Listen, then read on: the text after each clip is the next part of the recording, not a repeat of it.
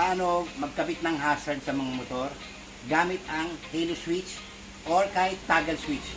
Parehas po yan. Yung mga 2-prong switch, hindi na tayo kailangan gumamit ng yung 3-way switch na yung ano na, yung talagang pang hazard.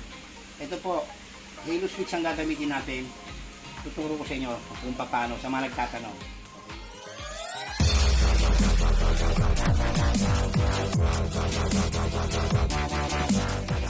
Ang dinademo ko sa inyo, Raider 150 carb. So, kahit anong motor po, pwede to, no? So, simulan natin mga kabekis, no? Una po, tatandaan nyo, ang signal light natin meron na left and right. Lagi nyo pong uunahin hanapin kung ano yung main sa flasher relay. Paano yung malalaman? Ganito po. Ito yung flasher relay niya. Laging dalawa po yan, pero sa mga modelo ngayon, tatlo na yung wire. So, dito muna tayo sa mga dati. Sa Raider po, lagi pong merong ACC wire na pumasok. Tapos yung lalabas dyan, papunta na po sa left switch para ma-turn signal yung magsusupply. Ibig sabihin ko, meron pong letter D and meron letter L ang flasher relay. Gagamit po kayo ng electronic type relay, no? Hindi pwede yung stock na relay natin, hindi po mapapagana ng hazard. Okay? So, tinignan ko to. Ang orange kasi nito, yan yung galing sa ACC line. So, ito is sky blue. So, galing pala ito dyan. Binaybay ko yan. Siyempre, ito mo rito ngayon. Ito po yung linya niya. So, dito ko lang siya binuksan kabekis na para may demo ko maayos. So, yung galing sa flasher relay, ito po ang left switch. Ayan po, nakita mo. Sky blue. Sky blue, no? Parehas doon. So, para makasiguro ko, gumamit ako ng continuity. Pero color-coded naman po yan. Pare-parehas lang po ang kulay niya. Hindi pwedeng sky blue po, galing doon, tapos pupunta rito, red. Wala akong ganun sa wiring sa mga motor. As per color coding po ang mga motor.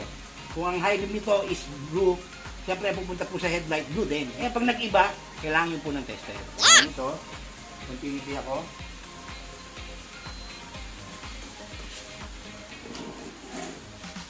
So, testerin ko to.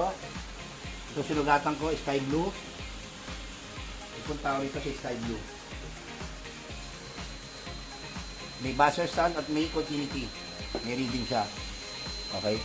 Ilalagay ko sa kabila, wala. Wala siya. So, sabihin, ito siya yung blue. And color-coded po siya. So, ganito gagawin natin. Ang halo switch po gagamitin ko, meron po yung C, common, may normally open, NO, meron pong normally closed, NC. Makikita nyo naman po yan sa mga socket dito. Pag binuksan nyo po yung halo switch, nasa likod po nakasulat yun. Tapos may plus sign and minus sign. Ito po gagawin nyo. Hanapin nyo yung common. Ito, dilaw yung common ng halo switch. Tinatok po siya sa sky blue. Ano yung sky blue ulit? Siya yung main flasher relay natin, no? Siya yung magsusupply para sa turn signal left and right. So, kung nilagay, hinangin ko yan. Pag maaari po, isolda, hinangin nyo, kung ano man turn doon, i-welding nyo. Ayan na. Ngayon, hanapin ko naman yung left and right. Ang kulay po ng left and right ng Raider 150 natin, para mas madali nyo makita, tingnan yung headlight. Ang negative po na nitong left and right na signal, white black. So, white black din itong kabila. So, ang kaliwa po niya is pure black. Ang kanan po niya is light green. So, hanapin ko naman dito yung light green. Ayan, dalawa po ang green dyan, no? May dark, may light. Ito po yun, light green, no? Ayan. Parang apple green.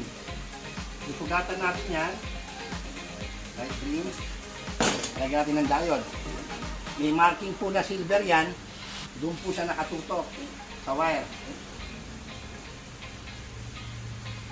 So, hinangin natin. So, meron tayo yung sa green, no? Ito yung sa kanan.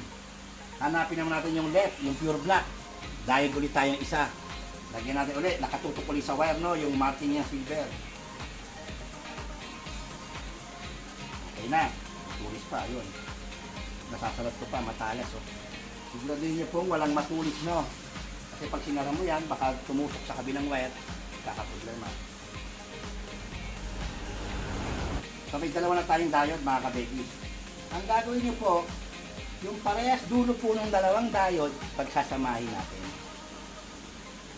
Ngayon dito sa switch natin, hahanapin niyo po ngayon yung normally open. Kasama natin ngayon yung pula. which is yung plus sign, positive sign. Yung halo switch para umilaw siya. Kasama yan po dito sa normally open na wire. Para pag naghasad siya, nagbiblink din yung ilaw. Nalagay ko sa may pinagsamang dalawang 2. Dalawang diode. Kaya na mga babies, gusto na kami siya. Kaya ibong simula kami mag-wiring ng September. October na. September namin pinili. So, meron pa tayo isang wire sa halo switch. Ito na yung negative naman. Yung ilaw, parang sa halo switch. Sa radar kasi, ang negative po nito is black-white. Kompleto na tayo. Okay? So, ganun lang po kasimple mga kabekis, no? I-clip ko na yan. I-safety ko na. Sasara ko muna na yung kahan nito para ma-demo natin sa inyo yung hazard niya kung lumana o hindi. Okay. Ito na yung katapusan ng hazard natin mga kabekis, no? Pindutin natin.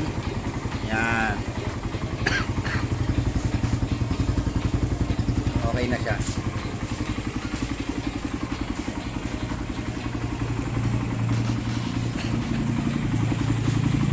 So ganyan lang kabekis, ganun lang kasimple.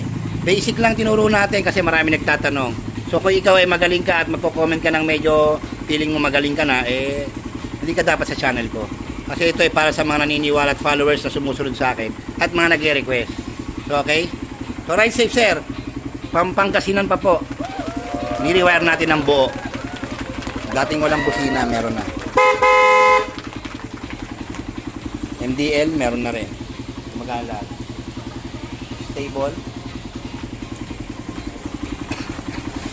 So good day kabekis.